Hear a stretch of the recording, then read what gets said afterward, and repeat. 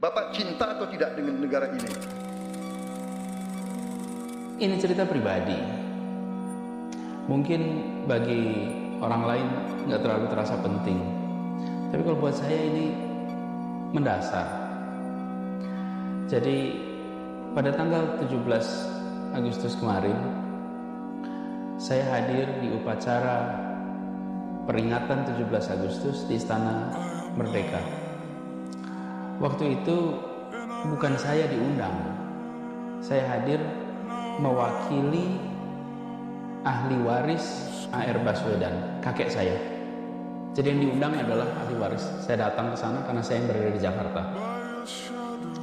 Lalu mengikutilah upacara itu, dan bendera itu dinaikkan ke atas dengan Indonesia Raya dalam hitungan menit sampai di puncak.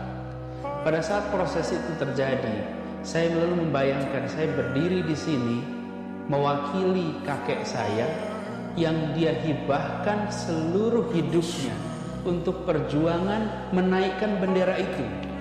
Bendera yang naik ke atas sana itu lewat iuran darah, iuran tenaga, iuran nyawa jutaan orang Indonesia. Dan waktu itu kakek saya termasuk dalam proses itu, dan saya berdiri di sini mewakili dia di tempat itu. Muncul dalam benak saya tentang almarhum A.R. Baswedan. Pada saat itu saya harus memutuskan apakah saya akan menerima tawaran untuk ikut konvensi atau tidak. Ini adalah tawaran untuk masuk ke rute yang terjal.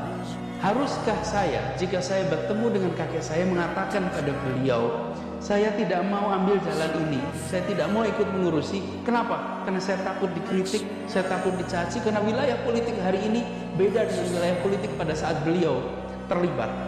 Pada saat mereka terlibat, ini orang-orang yang menjaga integritas di dalam berpolitik. Hari ini itu mengalami penurunan luar biasa. Haruskah saya bilang pada dia, saya nggak mau, saya takut dikritik? Di situ sebenarnya saya katakan tidak. Saya siap, saya akan hadapi ini semua. Saya akan lewati rute ini, dan saya akan bisa bilang, jika saya harus bertemu, saya akan bilang, saya ikut turun tangan seperti kakek saya dulu memilih untuk turun tangan. Dan biarkan anak-anak saya nanti menengok pada catatan yang sekarang ada, bahwa orang tuanya tak mundur, orang tuanya tak gentar hanya karena khawatir dikritik sana sini. Saya melihat badai kritik ini sebagai sebuah konsekuensi normal atas potret wilayah politik sekarang. Jadi pada saat 17-an kemarin, itu sebuah turning point yang luar biasa. Dan pada saat itu kemudian saya merasa yakin, bismillah, saya ambil rute ini, saya luruskan niatnya, saya tegaskan sikapnya, dan saya ambil putusannya.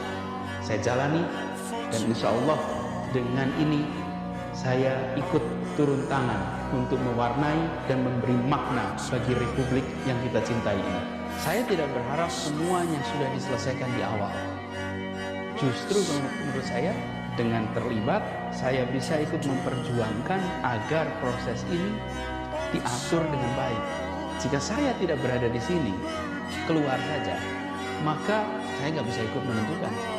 Dan menurut saya, disitulah letak uji kepemimpinan, leadership. Apakah kita mau segalanya sudah ditata lalu datang? That is ceremonial leadership. Kalau pejuang, hadapi, jangan mundur, bertarung sepanjang jalan. Itu namanya sebuah perjuangan. Kalau kita datang semuanya sudah diatur, tata upacara namanya.